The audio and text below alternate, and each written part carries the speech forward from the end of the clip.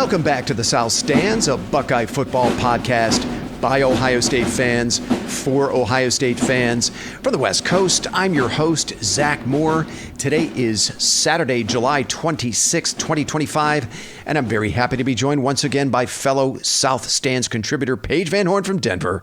PVH, Brother. How's it going, my friend? Dude, it's going great. It's good to hear your voice. We need to talk more in the off season. Yes, we do. Yeah.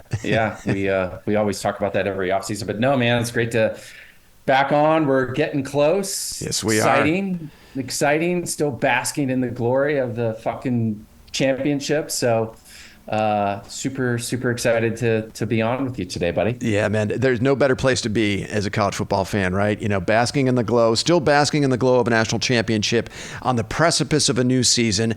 And we are less than 1 week, PVH, from the start of fall practices. The Buckeyes will begin their preparation for the 2025 season with 3 open practices starting on July 31st. That's next Thursday, buddy. And then August 1st and 2nd, those will also be open to the public. I think tickets are still on sale. They're $30 a pop. If I didn't live 2,500 miles away, I'd probably be at all 3 of those practices. And of course, we are only 5 weeks from the season opener, August 30th. That's your birthday. That's crazy. That's crazy, man. I am pumped.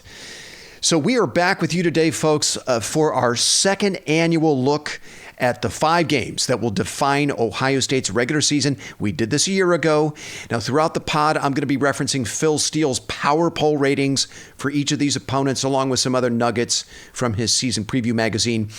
And we're also going to play a little game today, PVH. Tell me more. Guess the betting line. This is actually your idea from last year, but we're finally gonna follow through on it.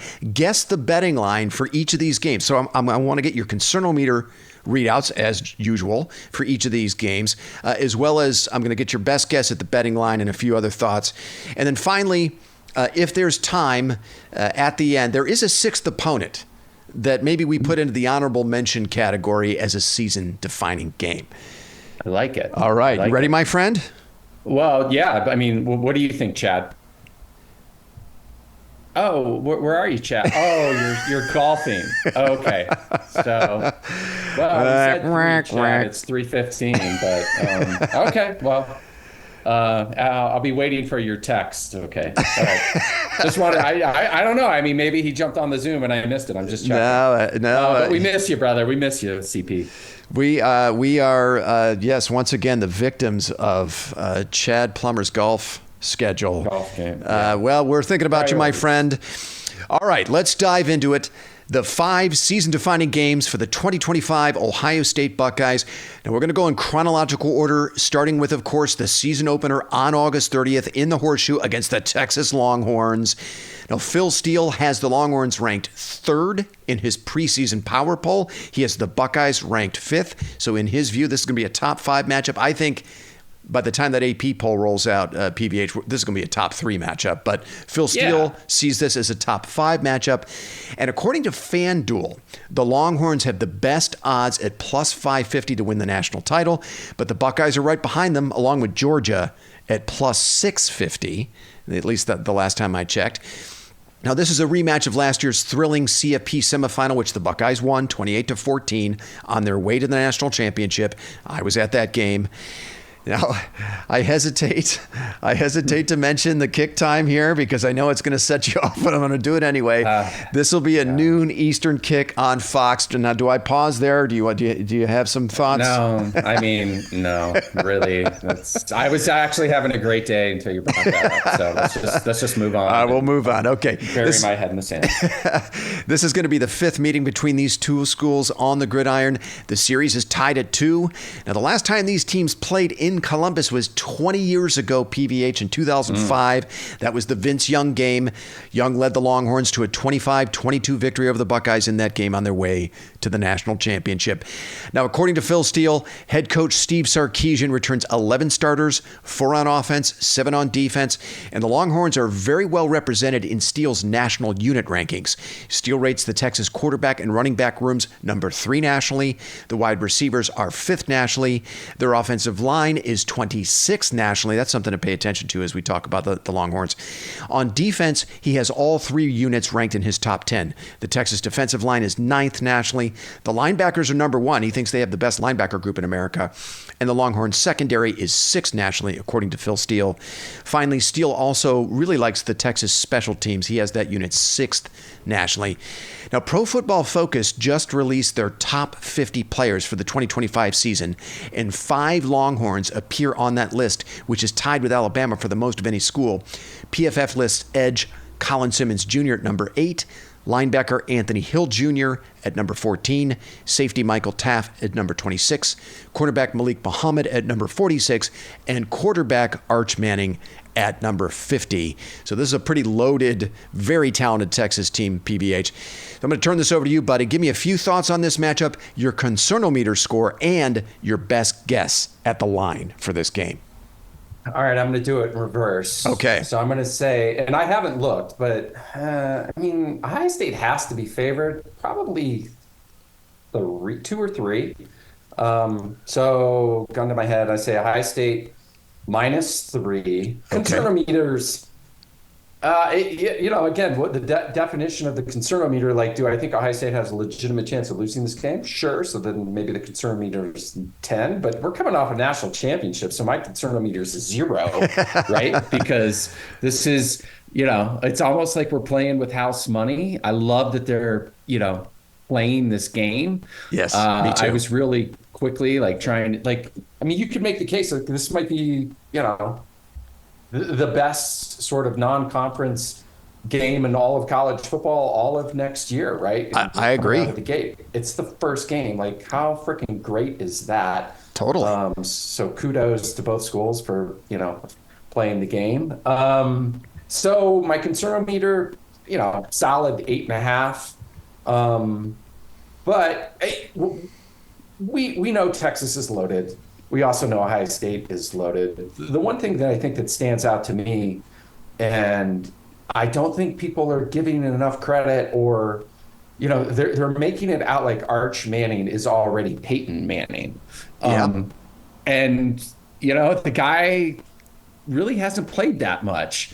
233 snaps last year. 233 snaps. That's not a lot. It's not a ton. I mean, it's some.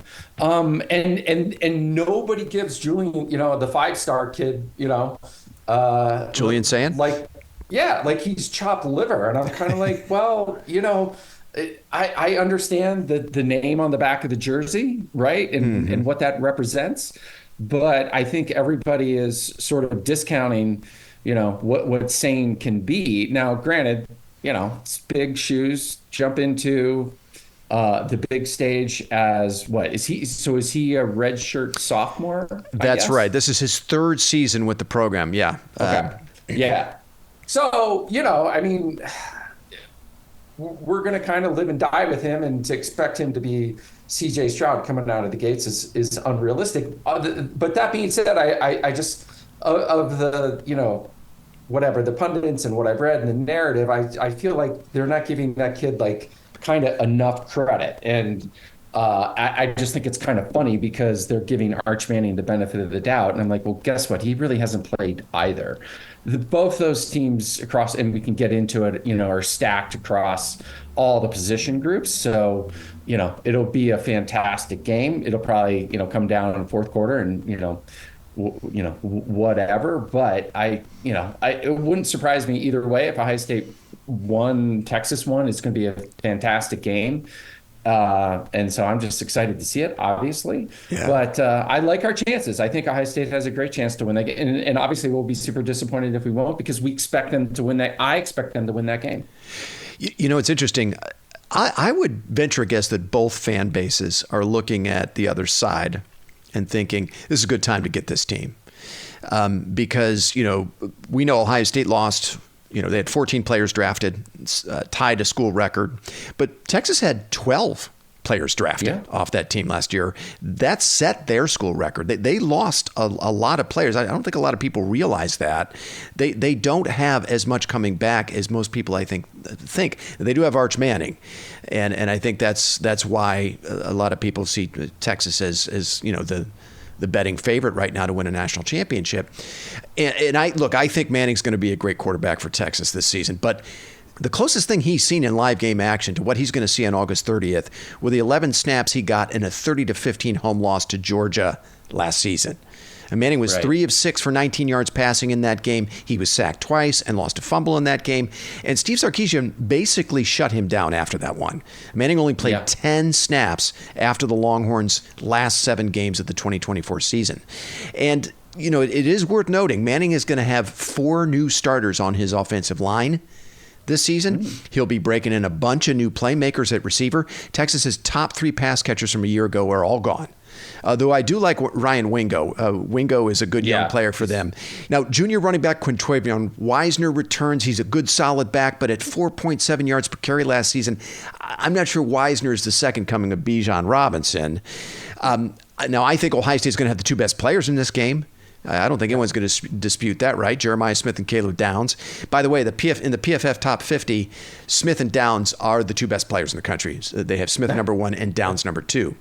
That's awesome. But, you know, as we've discussed, like Texas, Ohio State is replacing a ton of lost production from last season as well. And they're going to be starting a quarterback in Julian Sain, who is very talented. I actually thought he played very well in the spring game. To me, he looked like the starter in the spring game. But he's going to have even less experience than Arch Manning, only 27 career snaps and 12 career pass attempts for Sain. However, he's going to have, I think, the better, more proven supporting cast around him in Jeremiah Smith, Carnell Tate, Max Clare, the Purdue transfer, that stud tight end who's coming in.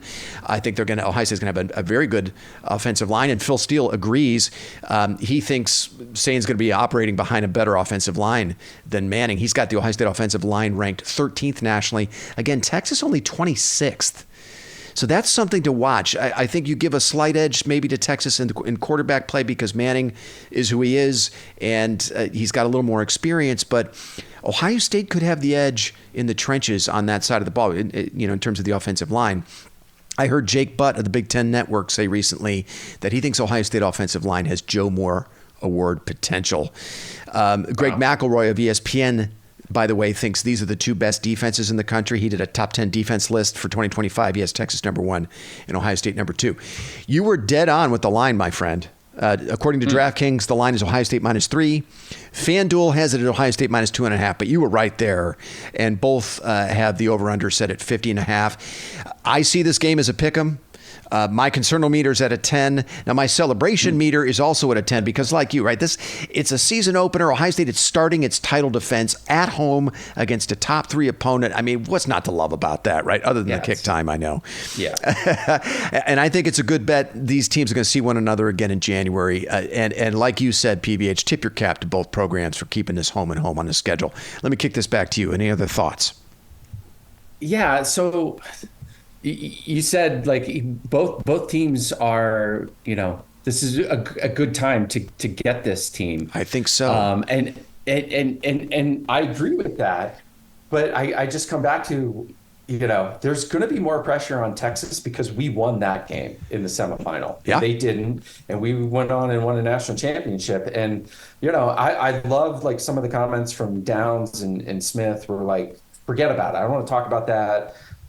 I didn't take the banner down and shit like that because we have to go out and prove it ourselves. I like that. But in the back of your mind, right? Like, or at least maybe from a fan's perspective, like if I guess what I'm saying is if we'd have lost that game to Texas, we would be feeling more pressure. Like, God damn it, we got to get it done, right? And Texas has been on the cusp. It's kind of like we were, right? They've been knocking on the door. Knocking on the door and you haven't busted through. And I just like, sort of the mentality that potentially could give them an edge and just be a little bit looser in this game. And that might be, what it takes to get the W. That's a good point. It's an intangible. It's hard to measure, but perhaps Ohio State has a little bit of a psychological edge. In addition to playing at home, too, in front of the home fans. Yeah, that's the thing, too, right? Yeah. I mean, that's probably the 3 points, right? It's going to take a genius to guess that line, but they're probably pick them. But, At home, it's 3. If it were night, it'd probably be 4.5. Thanks, Fox. Thanks, Texas. But we move on. All right, buddy. Let's skip ahead to September 27th. This is the next opponent on our list of season-defining games for the 2025 Buckeyes. Ohio State travels to Seattle for the first time since 2007 to play the University of Washington Huskies. Now, the network and kick time for this one are still TBD, but thankfully, we know this game is going to be either a late afternoon or evening kick Eastern time because it's being played on the West Coast. It's likely going to be broadcast on CBS or NBC Peacock.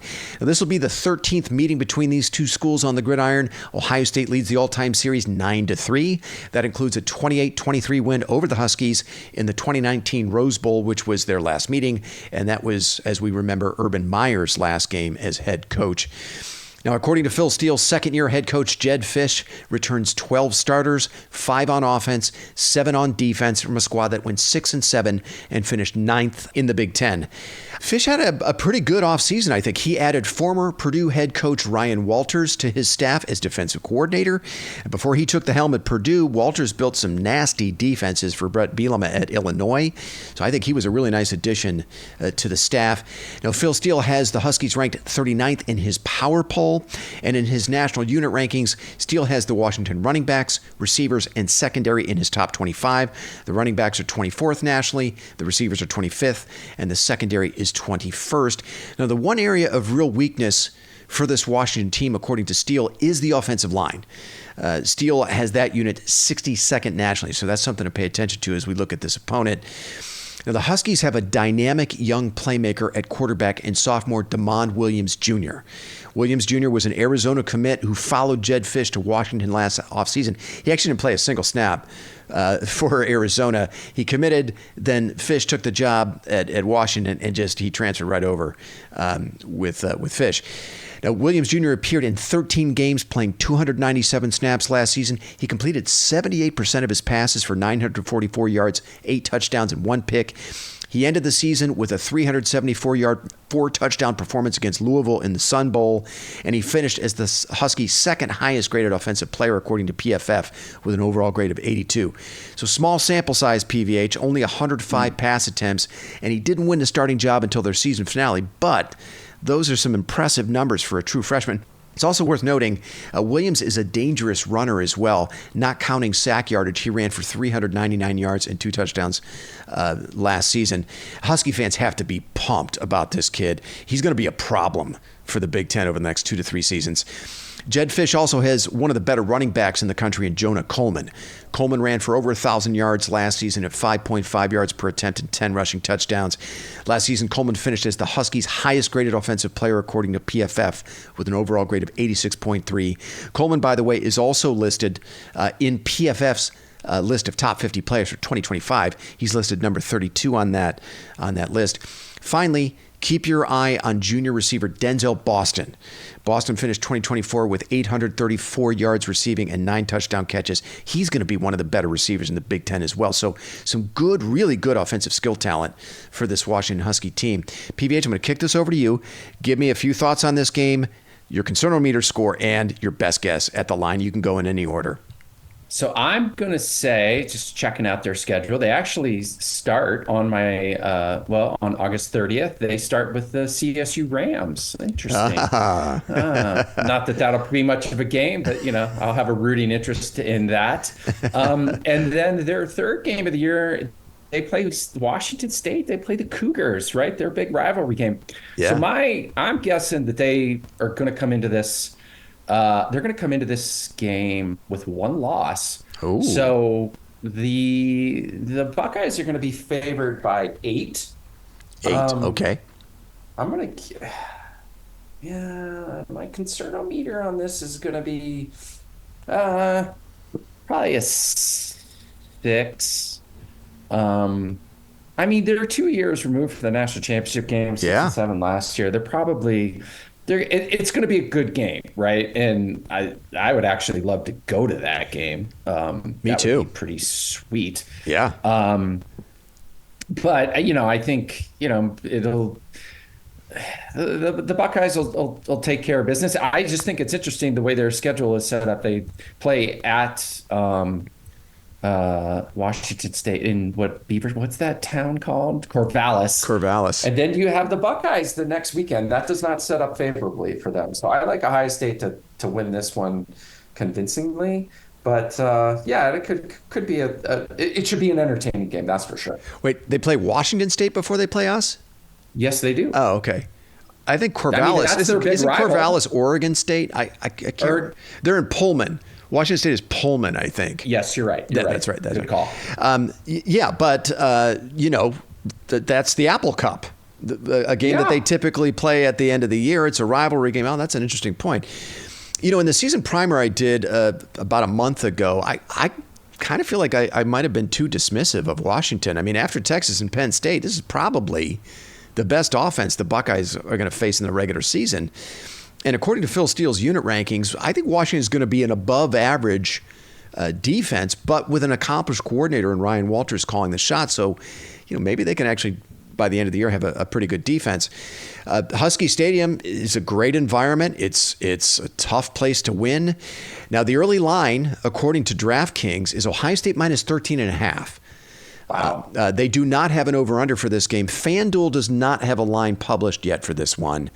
13.5 looks about right to me because, Ryan Day has yet to lose a game like this. But I will not be surprised if it takes the better part of 4 quarters for Ohio State to win this one. And I'm going to go on record right now and say Washington will prove to be a tougher test than the next opponent we're going to talk about, which is beginning way more hype. I'm going to set my concern-o-meter at 6.5 for this one, PVH. Ohio State's going to have to play they're going to have to play well to win this game on defense in particular. And this could be a pretty good test for a young quarterback in Julian Sayin. Let me kick this back to you. Any other thoughts on this game? No, it worries me. I 13 seems high, but it's hard to say, right? I mean, the team 6-7 last year, right? But with the portal and what guys can do, and who they can bring in, you can turn things around really, really quickly, like Indiana did last year. So that's true. Yeah, I mean, I'm looking forward to this game. Absolutely. Yeah, and I'm with you. I mean, it's an easy trip for me, 2-hour flight. I don't know. Maybe we can work that out, PVH, where you and I go. Yeah, it'll still be beautiful. Late September in Seattle, but the weather will be beautiful. Yeah. All right, buddy. The next opponent on our list of 5 games that will define Ohio State's 2025 regular season is a team the Buckeyes have not played since Urban Meyer was the head coach.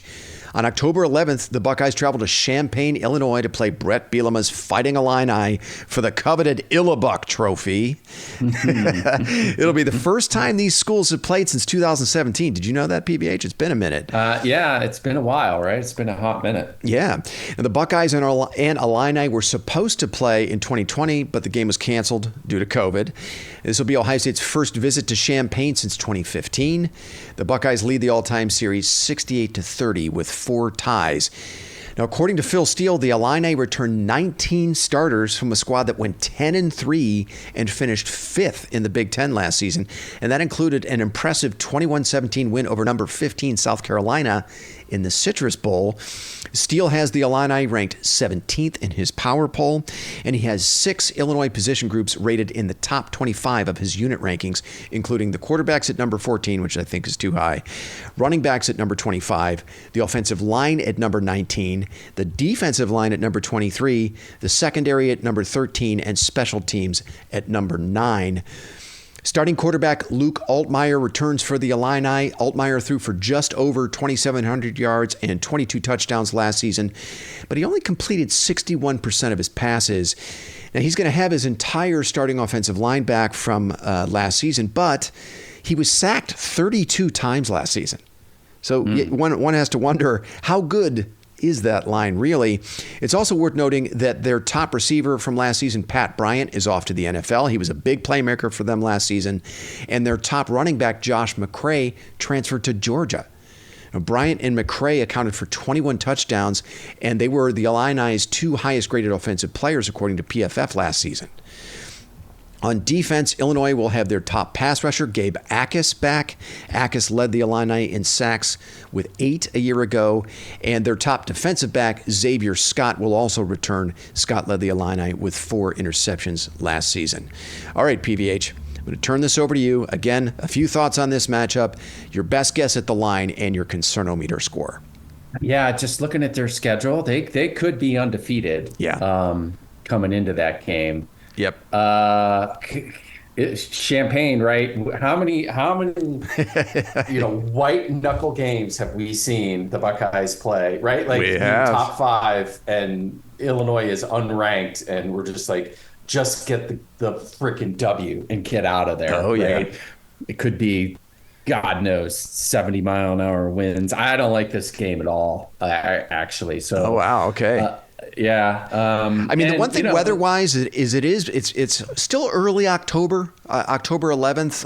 Normally, the really shitty weather is in November, which is when we typically play this game almost always. Yeah. It seems like we play them in November. So maybe that'll be our saving grace with weather-wise. Oh, yeah. And, dude, they're the trendy pick, right? I mean, coming off... Bielema, and dude, he's a good coach. He is a good coach in Arkansas, but man, I think this is, and I think he's a good enough coach that he can scheme things up that make it difficult for opponents that give him a real advantage against a lot of other teams. Obviously, we're going to have way more talent than they are, but. Okay, so what is the line going to be in that game? I'm going to say Ohio State. Oh, shit. I mean, I would make it 6, but my guess is it's 9. My concernometer is solid 8 at this point. Okay. According to FanDuel, the line in this game is Ohio State minus 13.5. Same line as Washington. The over-under is 50.5. When I look at Illinois' statistical profile from last season, I wonder how the hell Brett Bielema was able to coach them to 10 wins. They finished last season 92nd nationally in total offense, 86th in passing offense, 79th in rushing offense, and tied for 64th in scoring offense. They were 68th nationally in total defense, 78th against the pass, and 65th against the run. I mean, it was kind of a smoke and mirror show by Bielema because that is not the statistical profile of a 10-win team. And I agree with you. Bielema is a hell of a coach. I don't think he's got the horses to compete in this game. I mean, Illinois lost their 2 best offensive players from a year ago, as I just mentioned. The defense doesn't look anything like one of those nasty units they had when Ryan Walters was their DC. And with all the offseason hype they're getting, I think Illinois is going to have Ohio State's attention. I'm going to set my concernometer at 5. I'm not as concerned as you are. I'm much more concerned, actually, about the game in Seattle against Washington because of their skill than I am this game. I think Ohio State will handle business in this game. Let me kick this back to you, PVH. Any other thoughts on this one? Well, I just not even so much about Illinois, but I'm writing down what the lines are. It'll be interesting to go back and look and see what the lines actually are when the games are played. Yes. Because it is so hard, right? You need a little bit of a body of work. Yes. But I'm actually very surprised you're not more concerned about this game. Yeah, I look at this Illinois team last year, dude. They went to overtime with Purdue. Purdue was probably the worst team in the FBS last year. They gave up 49 points in that game. They won 50-49 in overtime to Purdue. When they faced real competition, real teams, they could only muster 7 points against Penn State that was on the road. I think they only scored 9 in a blowout loss to Oregon. So, and granted, the impressive win over South Carolina in the bowl game, that was very impressive. But I'm just looking at their statistical profile, what they have coming back. And it just felt to me a little bit like a smoke and mirror show. And then, of course, everybody's on that train. And I think they're going to have Ohio State's attention. So I'm not as concerned. I think if you're thinking about an opponent that could sneak up on the Buckeyes, to me, Washington is that team. And Ohio State, of course, they have to travel over 2 time zones to play that game. It's a stadium the Buckeyes have not played in almost 20 years. So that's why I'm a little more concerned about it. All right. Let's move on to the next season-defining game on our list here, and that's on November 1st. And this is a big one, PVH. James Franklin and the Penn State Nittany Lions come to Columbus for what could very well be a number 1 versus number 2 matchup for pole position in the Big Ten. Now, the Kings of the North podcast and Cleveland.com both did preseason polls ahead of Big Ten Media Days this week, and Penn State was a decisive number 1 in both polls. Ohio State was second in both polls. And Phil Steele also loves Penn State. He has them number 1 in his power poll. Now, according to Steele, James Franklin returns 15 starters, 9 on offense, 6 on defense from a squad that went 13-3, finished second in the Big Ten, and made the CFP semifinals. Steele has 6 Penn State position groups ranked in the top 10 of his national unit rankings, including the running backs and offensive line, which he ranks number 1 in the country, the defensive line, number 3, quarterbacks and secondary, number 4, and linebackers, number 6. And he rates their revamped receiver room just outside his top 10 at number 11. James Franklin had an eventful offseason, PVH. He convinced a group of highly productive 4-year players in Katron Allen, Nick Singleton, Drew Aller, Dennis Sutton, and Zane Durant to all come back.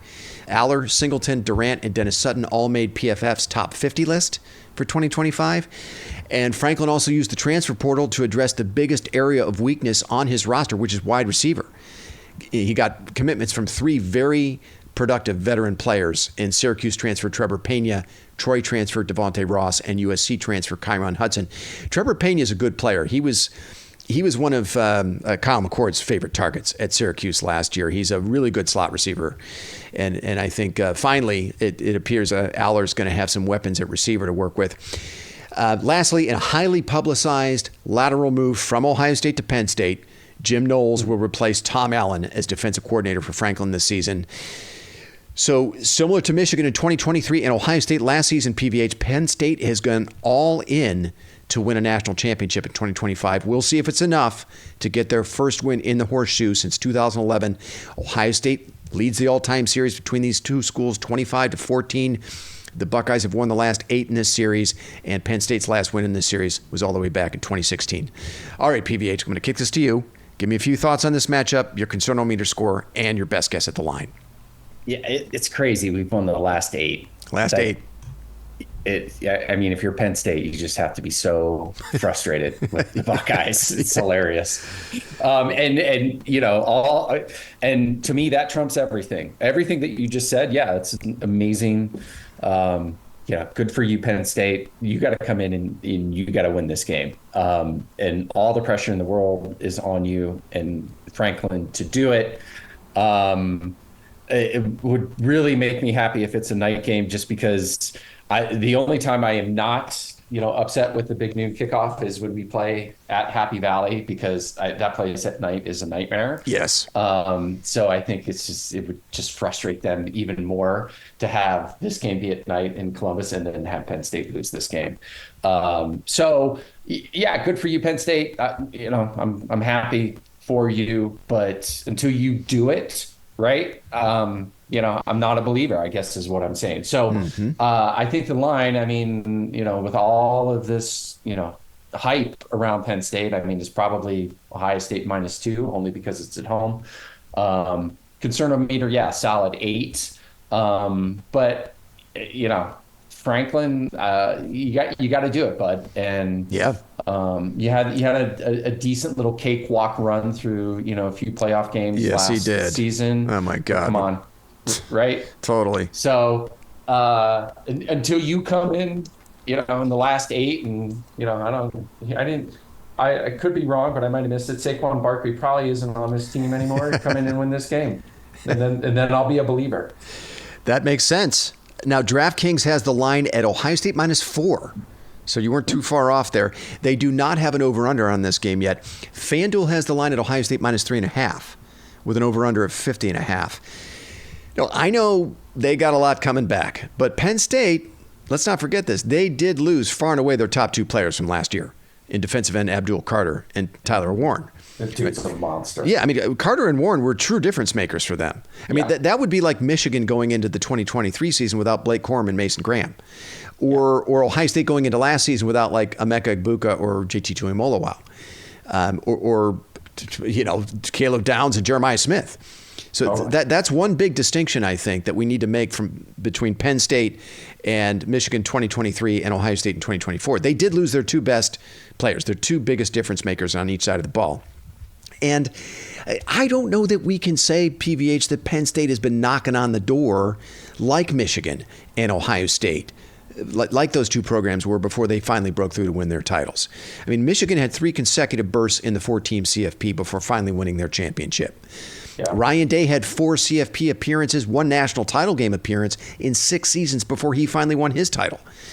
But as you referenced, last season was Penn State's first ever CFP appearance, and they were the beneficiaries of a totally retarded seeding model that gave them SMU and Boise State in the first 2 rounds. I mean, come on. And the only other season Penn State finished in the top 6 of the final CFP rankings was 2016. And again, we talked about James Franklin's failures in big games. They lost all 3 matchup games they played last season to top 5 opponents, the Ohio State, Oregon, and Notre Dame. And so I'm just not seeing much evidence to suggest that they're poised to break through like Michigan and Ohio State did the last 2 seasons. I mean, Drew Aller's career completion percentage against top 5 opponents is 49%. Penn State is 0-5 against the top 5 with Aller at quarterback, and it's very well documented. James Franklin's record against top 5 opponents is dismal. He's 1-15. 1-15. In his career against top 5 opponents. I mean, that's not a small sample size. No, yeah, that's not very good either. No. So, I mean, for a top 3 opponent, I'd normally have the concern meter at a 10. But I'm setting this at a 7 for this one. I just, like you, PVH, you got to show me you can do it first. Otherwise, this game looks like all the others, right? It'll be very close. It'll come down to the last 5 minutes, but Ohio State always finds a fucking way to win this game. Yeah, somehow they do. And it just kind of feels like, it was Michigan and then Ohio State, and it's almost like this lazy national narrative. Well, then it must just be Penn State's time. Right. And I'm just kind of like, well, I mean, what over the past, 15 years would draw you to that conclusion? Yeah. And what's his bucket? What, Drew Aller? Drew Aller, yeah. I mean, yeah, Drew Aller, I mean, like, he doesn't necessarily scare me that much. Prone to mistakes, and then the whole Franklin thing, right? Like those 3 variables, which we're both saying is like, okay, well, you got to prove it before I'm going to believe it. Yeah, I mean, Aller again, career completion percentage against top 5 opponents is 49%. And, he faced 3 top 5 opponents last year. They lost all 3 games. I know they were close, but you got to show me you can win one of these. And so far, they've been utter failures in this moment. So we'll see if they can pull it off. Yep. All right, buddy. That brings us finally to November 29th. The game, the regular season finale in Ann Arbor against the Michigan Wolverines. Now, this game will be a noon Eastern kick on Fox, as it always is. After last year's stunning home loss to the Wolverines, Ryan Day, as we know, is 1-4 in this game. He's lost the last 4. Michigan leads the all-time series between these 2 schools 62-51 with 6 ties. Now, we can't talk about Michigan without first mentioning the impermissible advanced scouting ring orchestrated by Connor Stallions from 2021 to 2023. And Michigan is waiting to hear from the NCAA about their punishment for those infractions. We're expected to know before their season opener about that. So we'll see. At the very least, head coach Sharon Moore will be facing a self-imposed 2-game suspension for his role in that scandal. Moore will miss Michigan's Week 3 and Week 4 games against Central Michigan and Nebraska. Now, according to Phil Steele, Michigan returns 14 starters, 7 on offense, 7 on defense from a team that went 8-5 and finished tied for 7th in the Big Ten last season. Phil Steele has the Wolverines at number 12 in his preseason power poll, and he has 4 Wolverine position groups in the top 10 of his unit rankings.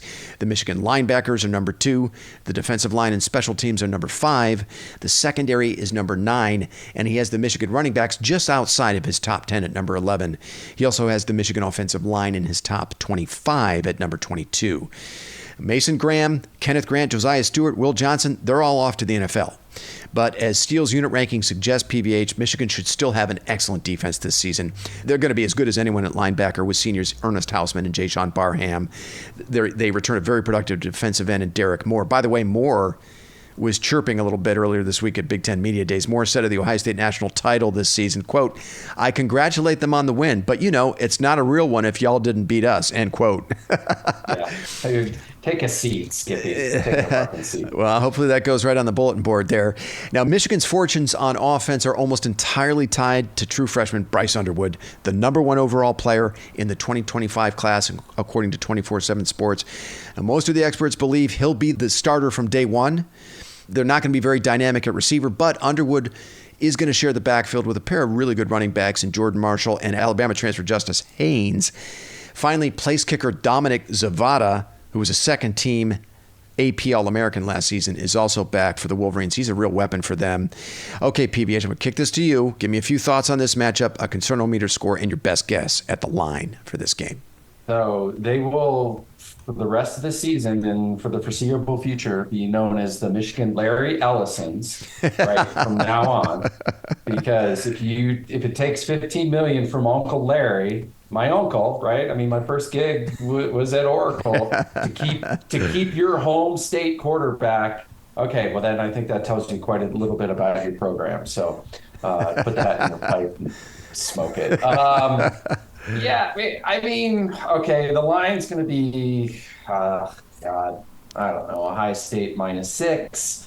Concernometer is going to be 9 because it's Michigan. Yeah, they do have our number. They do. But I am in the camp, right? Like even I don't care what Mason Graham has to say, right? Like I want to win this game, but to me, college football is now pro football, and Ohio State proved last year, right? You know, there are different ways to get to the ultimate goal, and to me, that is super important. Right. And that's just me, right? You know, it's like I would lose to Michigan every year to, you know, maybe not win a national championship, but if that meant Ohio State makes the national championship game and wins 50% of them, then that to me is just the more important goal. Not saying the game's not important, it's a rivalry and stuff like that, but I just don't buy into it as much as, you know, maybe some other fans. So, yeah, I mean, this is, you know, this is the one game that is obviously going to be super personal for Ryan. And, yep, you know, it's like we were saying before, like he got the monkey off his back. He's still got this one. Yep. But it's the same kind of thing, like when, you know, like Clemson had our number, and we kind of, you know, beat Dabo, and we got that monkey off our back. And so, yeah, play it loose. But you know, I mean, shit, this game, who knows, right? I mean, we got a lot of football to play before we get there, and it's in Ann Arbor. It'd be a great Michigan game, like it always is. So we'll see what happens. Yeah, you know, for different reasons, this is one of two games on the 2025 schedule, Texas being the other, that I think Ohio State can legitimately lose. I mean, Texas can match Ohio State's talent. That's why I think Ohio State could potentially lose that game.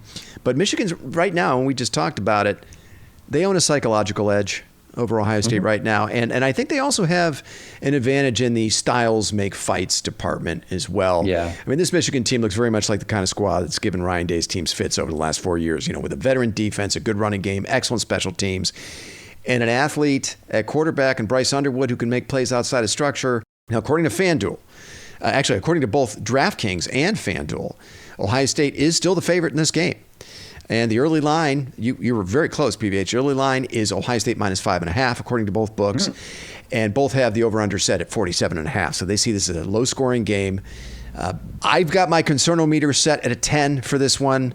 I think this game could go either way because of some of these intangibles that I've talked about. You know, can Ryan Day get past the mental block he seems to have coaching in this game? I mentioned this at the top of the pod. Did he pick up any valuable lessons during last season's playoff run that he can apply to this game? I'm hoping that's the case. We'll see. Any other thoughts on this game, PVH? Yeah, I mean, to me, the most interesting thing about it is, does it make sense to put the importance on this game in the new format? That because if, you know, let's just be honest, last year in 14 playoff, we would not have gotten in the playoff, and it would not have gone on that run. And so, you know, sometimes when you put too much importance on things, right, it manifests upon itself. Right. And yeah, win the game. I want you to win the game and screw those guys. But I don't just feel like it's just not as important as it used to be, although it's going to be important. And and then it comes down to Ryan Day, and I think the style makes fights is exactly right. Ohio State is Ohio State, Michigan is Michigan. If you play Ohio State's game, right? Unless it's terrible weather conditions, then you have the better players, the skilled athletes. Go out there and run them out of the stadium. If you're running the ball up the middle and it's 3rd and 8, well, then you're playing into what Michigan wants you to do, and you're not going to win the game. It's interesting. Last year's game, I was thinking about this. I mean, with hindsight, that loss in Columbus to Michigan, I mean, clearly now looking back at it, Ohio State thought, Ryan Day and Chip Kelly thought they could win that game with a vanilla game plan and save all the good stuff for the following week, the Big Ten championship game against Oregon, which everybody thought that's what was going to happen. We all thought that game was going to happen. Yep. And they made the mistake of going into that game against Michigan with a vanilla game plan. And we know what happened. So, yeah, I would certainly hope in this game, Ryan Day, just lean on what you do best, right? Get the ball to number 4, right? Yeah. Get the ball to the Ferraris on the outside. Let them make plays. All right, buddy. Okay. Do we have time to add an honorable mention to our list of season-defining games here? Okay, good. So let's set our sights on October 18th. The Buckeyes travel to Madison, Wisconsin for a date with Luke Fickell's Wisconsin Badgers. Now, the kick time and network for this game are still TBD, but I would bet a hefty sum this is a night game. I would bet. And normally, look, a trip to Madison for a night game would have easily made the top 5 of season-defining games for the Buckeyes. But under Luke Fickell, the Badgers have lost 13 games over the last 2 seasons. I mean, they've been unwatchable on offense. The quarterback play has been atrocious.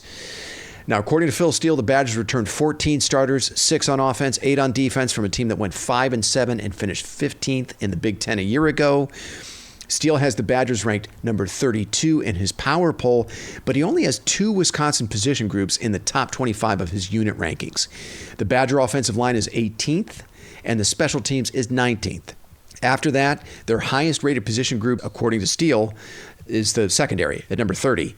The other position groups are rated in the high 40s, 50s, and low 60s, including what has always been considered the Cadillac position at Wisconsin, running back. Steele has the Wisconsin running backs rated 62nd in his unit rankings. That is well below the standards set for that position by players like Ron Dane, Monty Ball, Melvin Gordon, and Jonathan Taylor. And to make matters worse for Fickell, Wisconsin, according to Steele, has the toughest schedule in the country this season. I don't know if you're looking at the schedule right now, PBH. The Badgers have road dates at number 4, Alabama, number 12, Michigan, number 13, Oregon, and number 16, Indiana. And they get the Buckeyes, number 5 rated Buckeyes at home. That's fucking brutal, that schedule. Now, Fickell is hoping a new offensive coordinator in Jeff Grimes, who comes over from Kansas, and a new quarterback and Maryland transfer, Billy Edwards Jr., will fix the offensive woes for his program. Edwards Jr. threw for just under 2,900 yards and 15 touchdown passes at Maryland a year ago. PBH, give me a few thoughts on this matchup, your concernometer score, and your best guess at the line.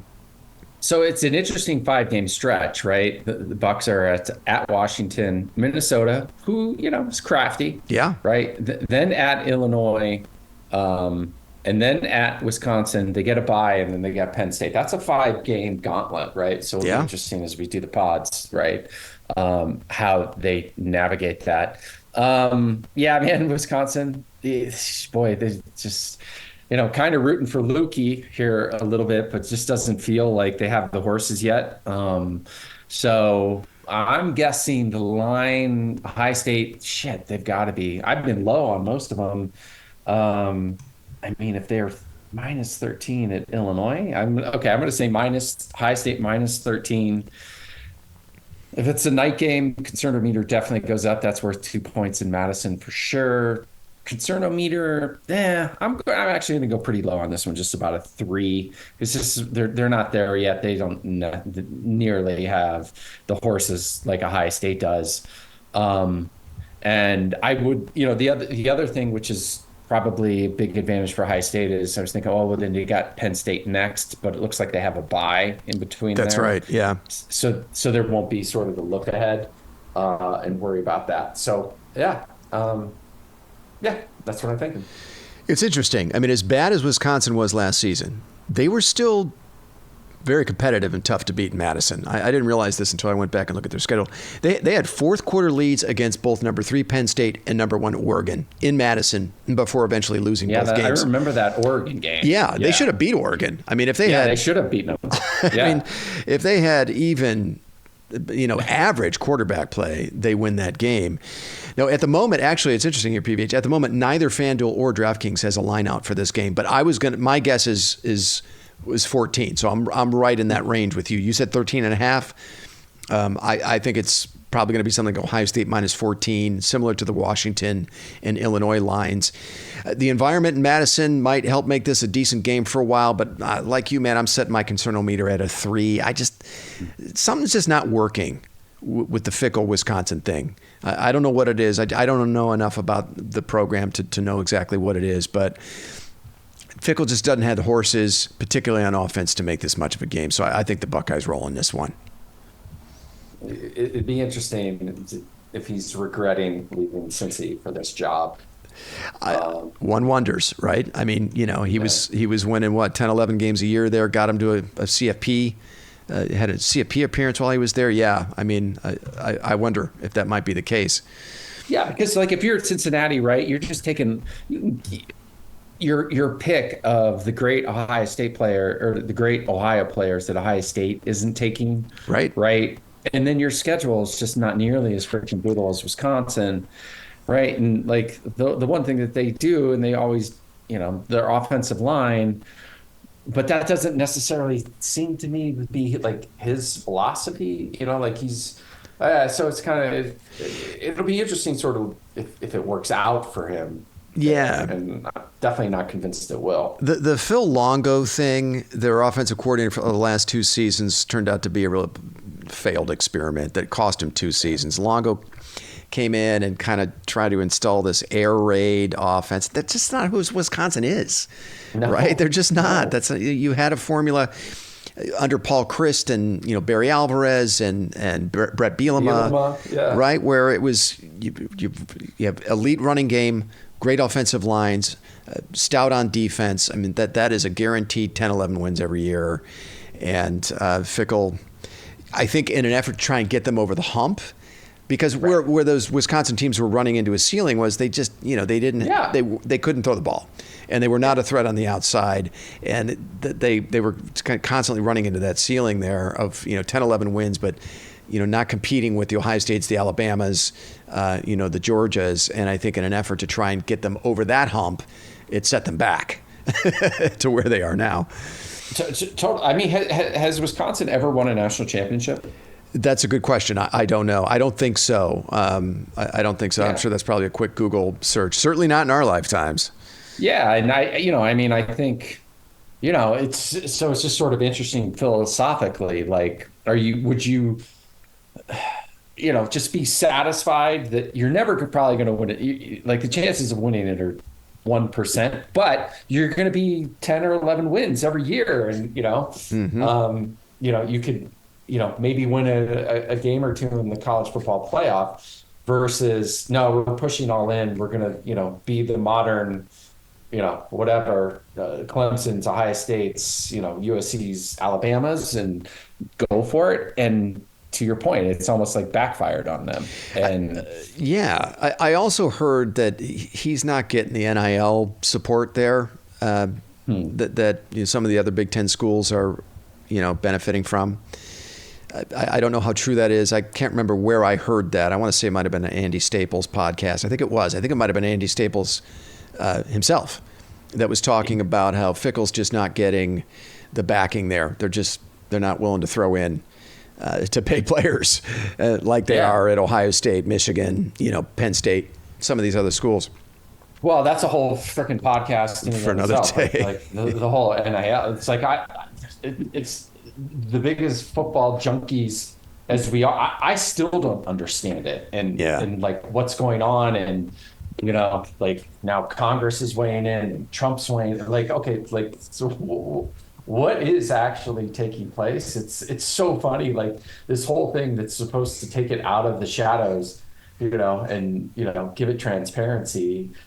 and it's now darker and murkier than, like when they were paying guys at SMU in the 70s. Like, what the F is going on out there? Yeah, it does feel like if they're going to attempt to cap NIL deals in an effort to create, parity and competitive balance across the sport, then that's just going to take us back to the bagman days, right? Where, dudes are just going to be getting, wads of cash in McDonald's bags or something like that, they did for many years. And totally. And if then like the size of the town actually matters, right? I mean, or who the boosters are. Like if you got a Phil Knight, you got a chance, right? That's right.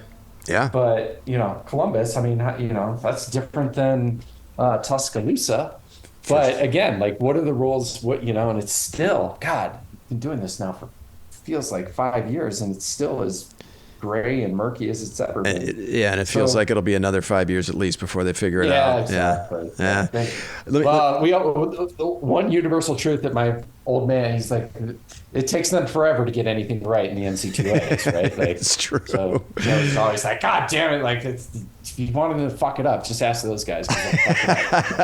All right, real quick before I let you go, we looked at 6 season-defining games.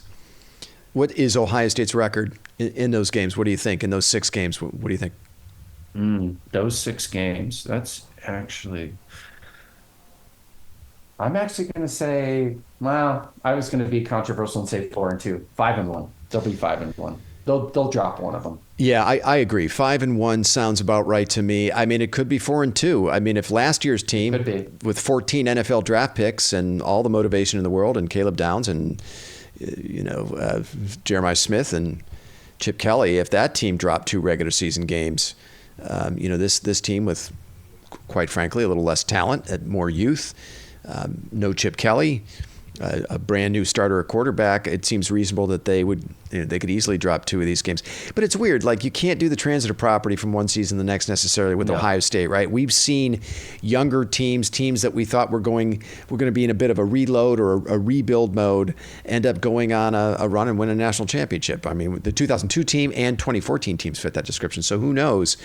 I do agree with you, though. I think they drop one of those games. It's. I wouldn't be surprised if it's Texas, to be honest. That's the game that stands out to me as one, because it's the season opener. You're breaking in a brand new starter at quarterback. That to me stands out as the one that Ohio State could potentially lose. Last thing, real fast. What is Ohio State's overall strength of schedule?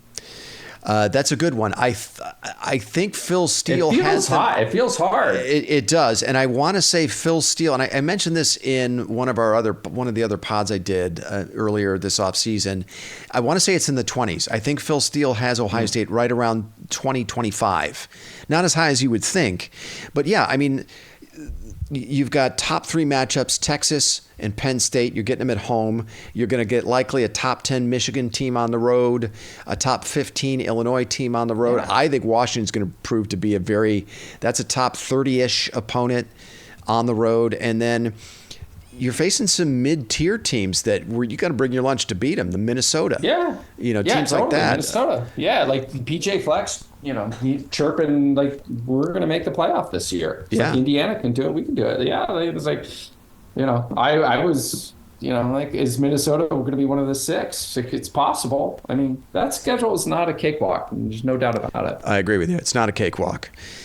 All right, PBH, that was a nice effort for a Saturday. I'd say we're already in mid-season form, my friend. Oh, dude, just right back into it. Come on, baby. Why don't we end things there? Now, for our listeners, look for another pod from us in the coming weeks. We will make our predictions for the coming season as we did last year. Until then, thanks so much for listening, and go Bucks.